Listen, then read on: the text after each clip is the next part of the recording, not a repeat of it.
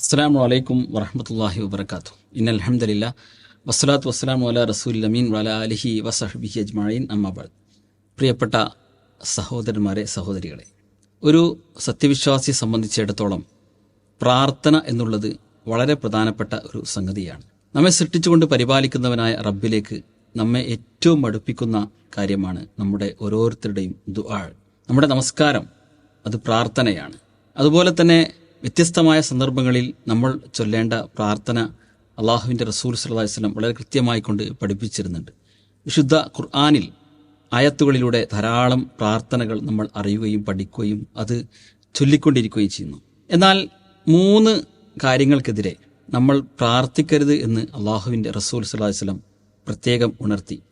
അതിൽ ഒന്നാമത്തേത് ലാ തദഉ അലാ അൻഫുസിക്കും, നിങ്ങളുടെ നഫ്സിന്, നിങ്ങളുടെ സ്വന്തത്തിനെതിരായി നിങ്ങൾ പ്രാർത്ഥിക്കരുത്.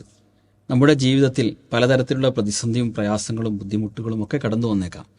ആ സന്ദർഭത്തിൽ നമ്മുടെ തന്നെ നാശത്തിന് വേണ്ടി അല്ലെങ്കിൽ നമുക്കെതിരായി അള്ളാഹുവിനോട് പ്രാർത്ഥിക്കുന്ന ഒരവസ്ഥ ഒരു സത്യവിശ്വാസിയുടെ ജീവിതത്തിൽ ഉണ്ടായിക്കൂടാ. പല ആളുകളുടെയും വർത്തമാനങ്ങളിൽ പലപ്പോഴും സ്വന്തത്തെ ശപിക്കുകയും കുറ്റപ്പെടുത്തുകയും ഒക്കെ ചെയ്യുന്ന അവസ്ഥകൾ പല സന്ദർഭങ്ങളിൽ നമ്മൾ കാണാറുണ്ട്. അതിൽ നിന്നും വിശ്വാസികൾ മാറി നിൽക്കണം. അതുപോലെ തന്നെ അള്ളാഹുവിൻ്റെ റസൂൽ സല്ലല്ലാഹു അലൈഹി വസല്ലം എതിരെ പ്രാർത്ഥിക്കരുത് എന്ന് പറഞ്ഞ രണ്ടാമത്തെ സംഗതി വലാ തദ്ഉ അലാ ഔലാദിക്കും, നിങ്ങളുടെ സന്താനങ്ങൾക്കെതിരെ നിങ്ങൾ പ്രാർത്ഥിക്കരുത്. നമ്മൾ ആലോചിച്ച് നോക്കൂ, നമ്മുടെ ജീവിതത്തിലെ വലിയൊരു മുതൽക്കൂട്ടാണ് നമ്മുടെ മക്കൾ. അവരുടെ അഭിവൃദ്ധിക്ക് വേണ്ടി, അവർ എല്ലാ നിലക്കും ഉന്നതമായ നിലകളിലെത്താൻ വേണ്ടി നമ്മൾ പ്രാർത്ഥിക്കാറുണ്ട്. അതുപോലെ തന്നെ നാളെ ജന്നാത്തുൽ ഫിർദൗസിൽ നമ്മോടൊപ്പം അവരുണ്ടാകണേ എന്ന വിചാരത്തോടു കൂടി നമ്മൾ ദുആ ചെയ്യാറുണ്ട്. നമ്മുടെ ഉമ്മക്ക്, നമ്മുടെ ഉപ്പക്ക്, നമ്മുടെ ഭാര്യയ്ക്ക് ഒക്കെ വേണ്ടി പ്രാർത്ഥിക്കുന്നത് പോലെ നമ്മുടെ മക്കൾക്കും വേണ്ടി പ്രാർത്ഥിക്കാറുണ്ട്. എന്നാൽ നമ്മുടെ സന്താനങ്ങൾക്ക് എതിരായി, അവർ നമ്മോടൊരെതിര് പ്രവർത്തിച്ചാലും അവർക്കെതിരായി ദുആ ചെയ്യുന്ന ഒരവസ്ഥ ഉണ്ടായിക്കൂടാ.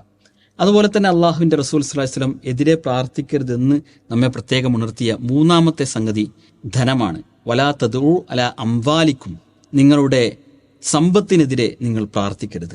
നമ്മുടെ ജീവിതത്തിൽ പല പരീക്ഷണങ്ങളും ഉണ്ടായേക്കാം. ചിലപ്പോൾ സമ്പത്ത് കുറഞ്ഞെന്ന് വരും, ദാരിദ്ര്യവും അതുപോലെ ഉള്ള ബുദ്ധിമുട്ടുകളും ഒക്കെ ഉണ്ടാകും. അതുപോലെ തന്നെ അല്ലാഹു സുബ്ഹാനഹു വ തആല നമ്മൾ പ്രതീക്ഷിക്കാത്ത രൂപത്തിൽ നമുക്ക് സമ്പത്ത് നൽകുകയും ചെയ്യും. എന്നാൽ സാമ്പത്തിക രംഗത്ത് പരീക്ഷണം ഉണ്ടാകുമ്പോൾ സമ്പത്തിനെതിരായി പ്രാർത്ഥിക്കുന്നൊരവസ്ഥ വിശ്വാസികളെ നമ്മുടെ ജീവിതത്തിൽ ഉണ്ടായിക്കൂടാ. ഈ 3 കാര്യങ്ങൾക്ക് എതിരെയും പ്രാർത്ഥിക്കുന്ന കാര്യത്തിൽ ഓരോ വിശ്വാസിയും ശ്രദ്ധിക്കുക. അല്ലാഹു സുബ്ഹാനഹു വ തആല തൗഫീഖ് പ്രദാനം ചെയ്യുമാറാകട്ടെ.